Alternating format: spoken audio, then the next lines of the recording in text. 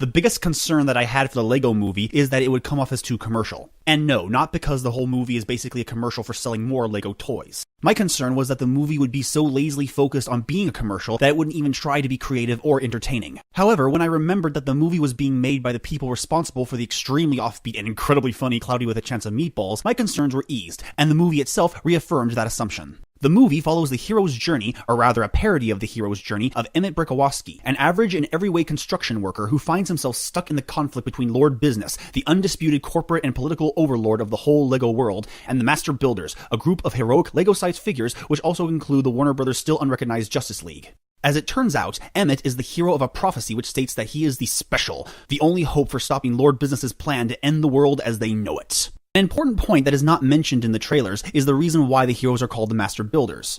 The Master Builders are characters who can rebuild their Lego surroundings into anything they want, allowing the movie to take on a self-aware meta-narrative of adventure and maturity. This will be especially fun for anyone in the audience who's ever played with Legos in their life. Oh man, I love it when movies do this.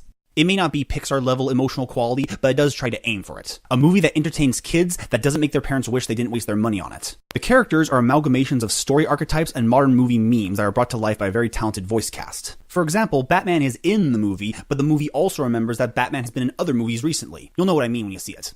The biggest gimmick, of course, is the animation style that this movie allows for, exploiting the limitations of Lego structures and figures while being very beautiful when replicating natural phenomenon, like explosions and ocean waves, as if we're in a more dynamic version of Minecraft. Of course, as a Hollywood movie, it's not without its political hiccups. As a conservative, I do appreciate that the dictatorship of the Lego world is maintained primarily by massive media control, aka the Democrat media complex. Unfortunately, I can get hung up on the irony of having the bad guy actually named Lord Business, or that the movie subtly, or not so subtly, promotes the narcissistic "everyone is special" message.